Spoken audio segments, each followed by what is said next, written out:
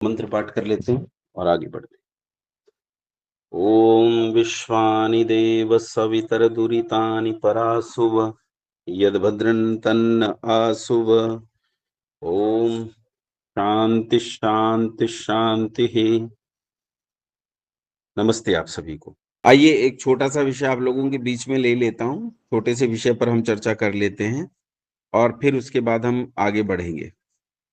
एक छोटा सा विषय आप लोगों के बीच में ये ऐसा रख रहा हूं कि आप लोग ये समझने का यत्न करें कि हमें क्या करना चाहिए, क्या नहीं करना चाहिए।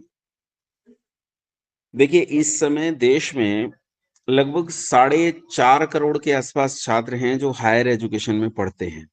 अब जो विषय मैं ले रहा हूं, ये विषय सैद्धांतिक पक्ष का विषय नहीं है, अपितु ये केवल व्यवहारिक तौर पर समसामयिक चर्चा आपके बीच में रख रहा हूं। लगभग 4,30,000 के आसपास, 4,30,00,000 के आसपास हमारे पास जो है हायर एजुकेशन में छात्र जुड़े हैं पूरे देश में। और 20 करोड़ की यानी 19,70,00,000 के आसपास का डाटा है जो नर्सरी कक्षा से लेकर कक्षा 12 तक छात्र पढ़ते हैं पूरी स्कूलिंग एजुकेशन में। और कॉलेज में जो पढ़ते हैं, graduation, post graduation, MPhil, PhD और अन्य रिसर्च के जो प्रोग्राम्स चलते हैं उनमें भी कुछ छोटे कोर्सेज भी चलते हैं। वो सब लोग जैसे आईआईएम और आईआईटी वगैरह या दूसरी यूनिवर्सिटी जो है कुछ अलग तरह से डिजाइन करके भी कोर्सेज बनाती हैं और चलाती हैं। वो सब मिला के 4,30,00,000 के आसपास और 19,70,00,000 के आसपास ये स्कूलिंग एजुकेशन में जुड़े हुए छात्र हैं। अब इनकी एक बहुत बड़ी समस्या क्या है, इसे समझने का यत्न करेंगे। हमारा देश एक अभियान चलाता है जिसे कहते हैं सर्व शिक्षा अभियान। सर्व शिक्षा अभियान में सबको शिक्षा मिले, इसे सुनिश्चित किया जाना चाहिए, ऐसा करना चाहिए, ऐसा हमारा आदर्श वाक्य उसका बनता है।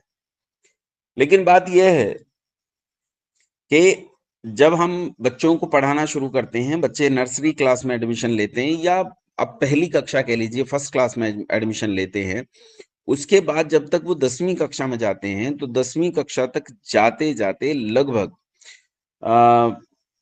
30% छात्र पढ़ना लिखना छोड़ चुके होते हैं। 10वीं कक्षा पास करने के बाद जब 12वीं कक्षा में जाते हैं तो 12वीं कक्षा जिन्होंने 10वीं कक्षा पास की थी उनमें से केवल 84% छात्र हैं जो 12वीं की कक्षा अटेम्प्ट करते हैं। बाकी छोड़ चुके होते हैं। 16% छात्र 12वीं कक्षा भी छोड़ चुके, यानी उनकी शिक्षा केवल 10 तक ही रहेगी। और आप आश्चर्य करेंगे, 12वीं कक्षा के बाद जिन्होंने 12वीं कक्षा पास की है उनमें से केवल 24% छात्र ऐसे हैं, 23 दशमलव कुछ, 24% तो मैं राउंड फिगर में कह रहा हूं, 24% छात्र ऐसे हैं जो जाके ग्रेजुएशन में दाखिला लेते हैं, यानी डिग्री कॉलेज में प्रवेश पाते हैं। यानी 12वीं कक्षा के बाद ये रेशो बहुत कम हो जाता है, बहुत डाउन हो जाता है और बालक पढ़ने लिखने की तरफ बढ़ता ही नहीं है।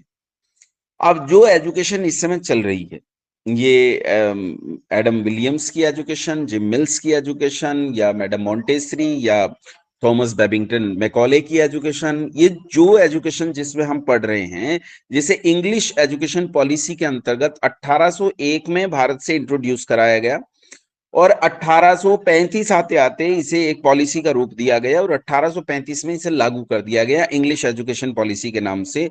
वही इंग्लिश एजुकेशन पॉलिसी आज तक हमारे स्कूलों में चल रही है।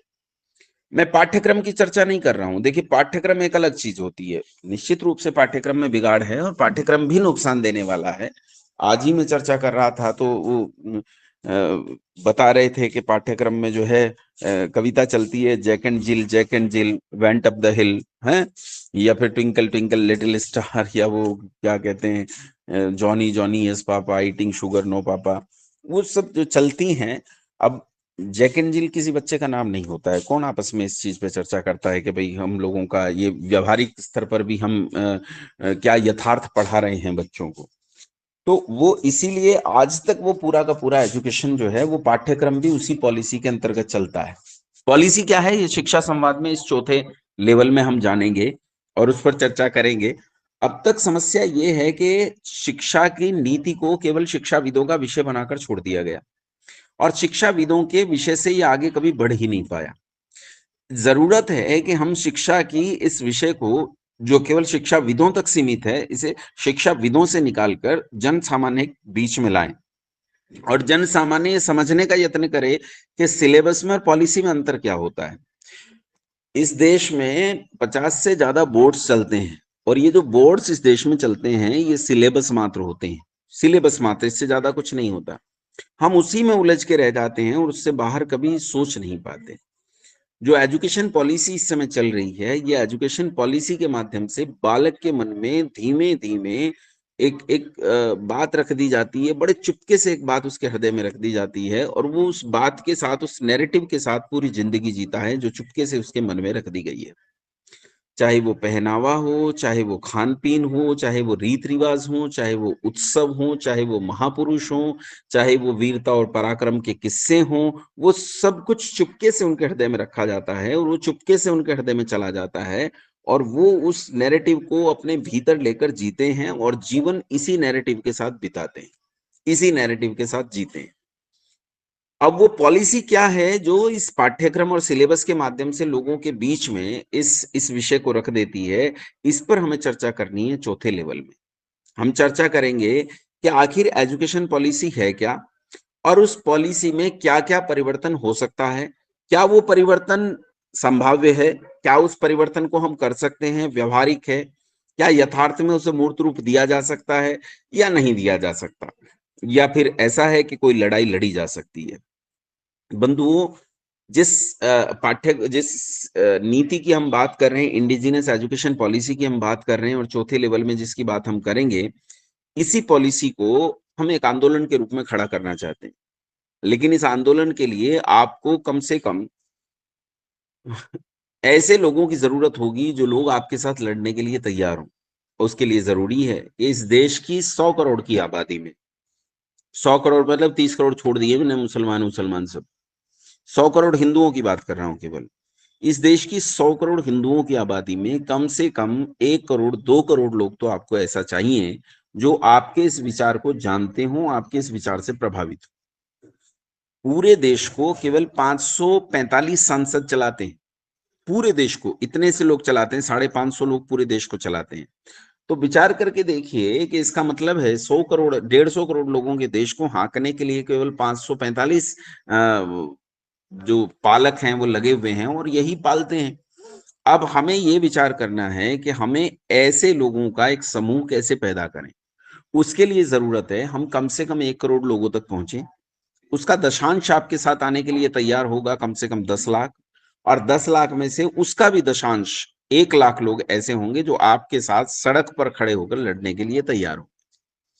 बात ये है कि अभी पिछले दिनों एक आंदोलन के नाम से एक विरोध उठा था, पंजाब और हरियाणा से मुख्य रूप से, थोड़ा पश्चिमी उत्तर प्रदेश का उसमें भाव था और अन्य प्रदेशों से भी लोग आए थे। पूरी दिल्ली को घेरा गया। कानून बने, सरकार ने कानून बनाए, उन कानूनों का विरोध किया गया।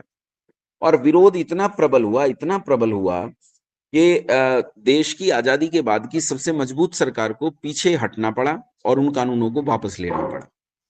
अब आश्चर्यजनक बात यह है, जिन्होंने दिल्ली को घेरा, उनकी संख्या 70-75 हजार से ज्यादा नहीं थी। जो दिल्ली को घेरने वाली संख्या थी, वो इतनी थी। इसका मतलब किसी आंदोलन को मूर्त रूप देने के लिए आपको करोड़ों लोगों की आवश्यकता नहीं है। आप 2-4 लाख लोगों से काम कर सकते हैं, लेकिन उसके लिए आपको 1 करोड़ लोगों तक अपनी बात पहुंचानी होगी। उसके लिए हम क्या माध्यम प्रयोग कर सकते हैं, कैसे हम बढ़ सकते हैं, आर्ष विद्याकुलम इस पर विचार कर रहा है। और इसी विचार के लिए हम आप लोगों के बीच में हैं।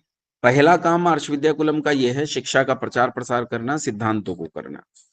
दूसरी चीज, सिद्धांत को समाज में स्थापित करने का प्रयत्न करना। दूसरा काम यह है कि ऐसे रणबांकुरों को खड़ा करना जो इस देश की अच्छाई के लिए लड़ सके, इस देश के भले के लिए उस भले को अपना भला मानकर समाज के लिए लड़ सकें। देखो, वेद का एक बहुत सुंदर विचार है। वेद कहता है सबकी उन्नति में अपनी उन्नति समझनी चाहिए। जब तक हम ऐसी स्थिति में नहीं पहुंचेंगे कि सबकी उन्नति में अपनी उन्नति समझना शुरू कर दें, तब तक ऐसे लोग खड़े नहीं होंगे।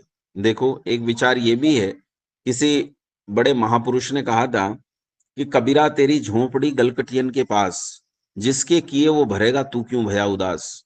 वो कहता है कि तेरे बगल में अगर बलात्कार होते हो, हत्याएं होती हो, लाशें सड़ती हो, बच्चों को मारा जाता हो, किसी का नाश होता हो, तुझे कोई चिंता करने की जरूरत नहीं, चादर तान के सो, क्योंकि जिसके किए वो भरेगा तू क्यों भया उदास। लेकिन समस्या ये है कि यही बिस्मिल ने सोचा होता, चंद्रशेखर आजाद ने सोचा होता, यही सुभाष चंद्र बोस ने सोचा होता, यही लाला लाजपत ने सोचा होता, यही सावरकर ने सोचा होता, तो देश आजाद कैसे होता। तो हमें ऐसे लोग खड़े करने होंगे जो इस बात से सहमत ना हों कि कबीरा तेरी झोंपड़ी गलकटियन के पास, जिसके किए वो भरेगा तू क्यों भया उदास। वो ऐसे लोग होने चाहिए जो इस विचार को अंगीकार करें कि सबकी उन्नति में अपनी उन्नति समझनी चाहिए। उसी के लिए हम प्रयास कर रहे हैं, उसी के लिए चौथा लेवल है। तो कृपया 7:50 पे कल सब लोग जुड़ने का शुभ प्रयास करें। कल 7:50 पे आप लोग जुड़ेंगे, मैं नया विषय आपके बीच में रखूंगा और मंत्र पाठ कर देता हूं। उसके बाद जो सूचनाएं देनी हो वो सूचना आप दे सकते हैं, मैं मंत्र पाठ कर लेता हूं। ओम विश्वानि देव सवितर दुरितानि परासुभ यद भद्रं तन्न